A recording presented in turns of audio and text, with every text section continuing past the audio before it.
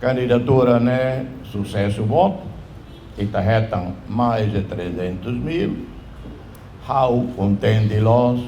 Areba resultado eleição presidencial e haloron sanulu recensia fula março rodet votos 46,58%. Candidato presidente da República Zé Ramos Horta pronto ona ba segunda volta nebe se realiza e haloron sanulu recensia fulang abril. E a conferência imprensa nebe acompanhamos o presidente partido CNRT, Sanana Gusmão, sente contente bela retam votos confiança to 301.481 husi povo Timor-Leste atu hilinia ba sai sef estado. Portanto, bahau resultado né positivo tanteres e tamba e tinha jovens sira, população, líder sira, político, intelectual, acadêmico, contente nós. O resultado ne, horta husu na fating bani ekipa sucesso atu continua serviço ba kampanya tuirmai, no husu na fating atu hadokang husi violência no insulta malu. Bang oi, kampanya ne tem que continuar lá o dia.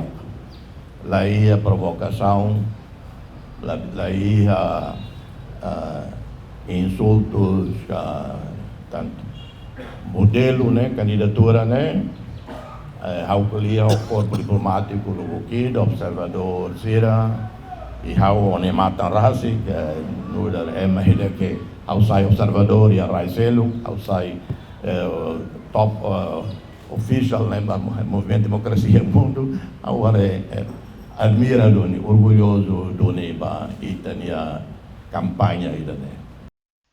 E a fating hanesan Sanana Gusmão continua apela ba povo Timor-Leste atu paciência dala idatang ba eleição segunda volta nune bele hatur hikas estado de direito democrático nebe durante ne lauses do ona husi constituição RDTL. Resultado autoridade que tem ba segunda volta. Tan sama que idehile do Dr. José Ramos Horta, no delito de candidato, também importante que temos uma reina, né? A tu fala em Constituição e empate, não consolida o Estado de Direito Democrático. Claro, se cola, nessa entendida, bebê, cola, né? E de ser assim, também objetivo para o interesse nacional, né? Bom, e de início assim e de linha cola aquela cola assim. O objetivo não é que oriente ita e a aula política de e de Constituição foral mais E a segunda volta Horta Hosanana loke oda matang ba candidatura selu nabe hakarak hamutuk ho Horta hodi hamutuk objetivo idadet ba interesse nasional Timor-Leste niang nune bele hahu fali desenvolvimento nabe durante ne paradu. Angelina Suarez, Justino Mendonça, VIP TV.